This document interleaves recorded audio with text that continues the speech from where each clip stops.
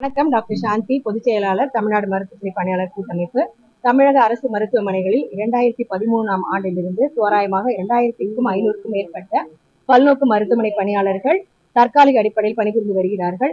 5 ஆண்டுகள் இவர்கள் பணிபுரிந்தாலே அவர்களுக்கு பணி நிரந்தரம் வழங்கப்படும் என்று கூறப்பட்டு வந்தது. அதற்கான அரசாணையும் உள்ளது.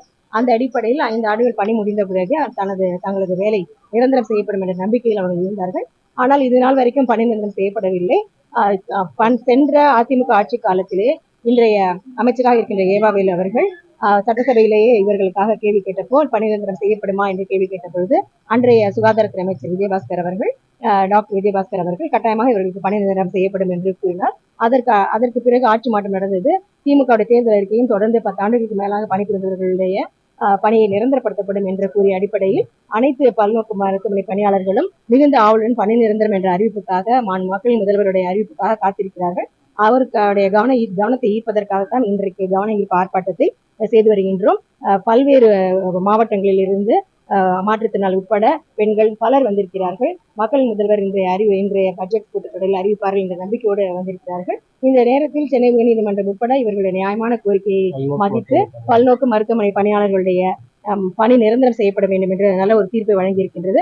அதன் அடிப்படையில் சென்ற 13ஆம் தேதி ஒரு சிறப்பான ஒரு கூட்டம் என்று தமிழக அரசாங்கம் நடத்தியது. அதன் அடிப்படையில் விரைந்து பணி நிரந்தரம் செய்யப்படும் என்ற அறிவிப்புக்காக காத்திருக்கின்றோம். அதை ஒரு கவன ஈர்ப்பு ஆர்ப்பாட்டமாக செய்து முதல்வருடைய கவனத்தை ஈற்று மிக விரைவாக அந்த பணி நிரந்தரம் பல்நோக்கு மருத்துவமனை பணியாளர்களுக்கு வழங்கப்பட வேண்டும் என்பதற்காகத்தான் நாம் செய்திருக்கின்றோம். நம்பிக்கை இருக்கிறது. அதை விரைவுபடுத்த வேண்டும் என்ற என்ற எண்ணம். விரைவாக ஒரு நல்ல அறிவிப்பை பல்நோக்கு மருத்துவமனை பணியாளர்களுடைய சார்பாக பணி நிரந்தர அறிவிப்பை மக்கள் முதல்வரிடமிருந்து எதிர்பார்க்கிறோம்.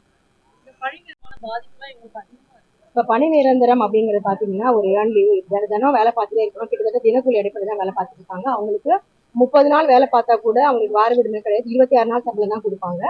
அப்படி செய்யும் பொழுது ஒரு ஒவ்வொரு மாவட்டத்துக்கு மாவட்டம் வித்தியாசமா இருக்கும். வேற நாட்கள் சம்பளம் கரெக்டா சரியான அந்த நேரத்துல வரமாட்டேங்குது. முக்கியமா விடுப்பு, மகப்பேறு பெண்கள்லாம் இளம் பெண்களா இருக்காங்க. மகப்பேறு விடுப்பா இருக்கு, ஏன் லீவ், மெடிக்கல் லீவ் போன்ற விடுப்புகள் நிரந்தர பணியாளர்கள் இருப்பது மாதிரி உங்களுக்கு இல்லை. இவங்க ஒரு ஏதோ உடம்பு சரியில்லை 10-15 நாள் லீவ் போட்டாங்கன்னா அவங்களுக்கு அந்த சம்பளம் கிடைக்காது.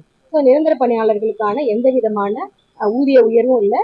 அதே போல பணி லீவ் அந்த ஃபெசிலிட்டியும் இல்லை. மற்ற அலவன்சஸும் கிடைக்கலாங்க.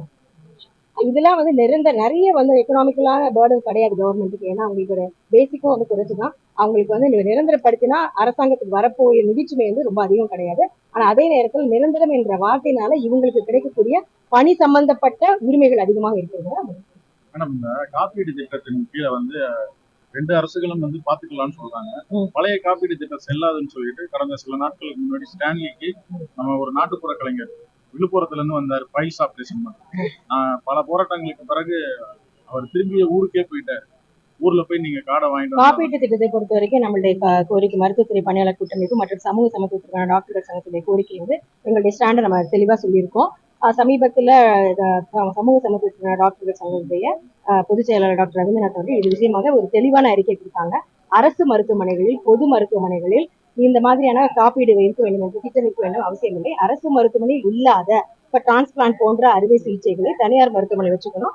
அதற்கு அரசு காப்பீட்டை பயன்படுத்தினால் போதுமானது.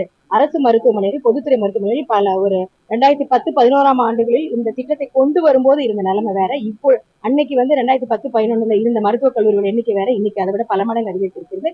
பல மாவட்ட மருத்துவமனைகள் வந்திருக்கின்றன, பல உயர் சிறப்பு மருத்துவமனை வந்திருக்கின்றன. ஆகவே அரசு மருத்துவமனைகளில் இலவசமாக அனைவருக்கும் சிகிச்சை வழங்கக்கூடிய வசதி இருக்கும் பொழுது மருத்துவர் இருக்காங்க, பேஷண்ட் இருக்காங்க, ஆனா அட்டை இல்லைங்கிறதுக்காக வேண்டி காலதாமம் ஏற்படுகிறது. இது வேண்டாத வேலை என்பதே நம்முடைய கோரிக்கை. அதே நேரத்துல ஒட்டுமொத்தமாக காப்பீடே வேண்டாம் என்று சொல்லவில்லை. அரசு மருத்துவமனை இல்லாத சிகிச்சைக்கு தனியார் மருத்துவமனை வழங்குவதற்கு அந்த காப்பீடு அட்டை என்பது போதுமானதாக இருக்கும். இந்த அடிப்படையில் எங்களுடைய சங்கத்துடைய கருத்தை கேட்டு மாண்புமிகு முதல்வர் அவர்கள் இந்த காப்பீட்டு திட்டத்தை பற்றிய ஒரு குழு அமைச்சிருக்காங்க. ஏன்னா எங்களுடைய கோரிக்கையை நம்ம சுகாதாரத்துறை அமைச்சரை சந்தித்து இதுல இருக்கிற பிரச்சனைகளை எடுத்துக்கணும். இதுதான் நீங்க சொன்ன குறிப்பிட்டது போன பிரச்சனைகள். ஸோ அதை எப்படி சரி செய்யலாம், என்னென்ன குறைபாடுகளை சரி செய்ய வேண்டியது, நிவர்த்தி செய்ய வேண்டிய இருக்கிறது என்ற அடிப்படையில் ஒரு உயர்மட்ட குழு அமைச்சிருக்காங்க. பல்வேறு சீனியர் டாக்டர்ஸ் அதுல இருக்காங்க. ஸோ அவர்கள் சரியான ஒரு தீர்வு வரும் என்று எதிர்பார்க்கிறோம்.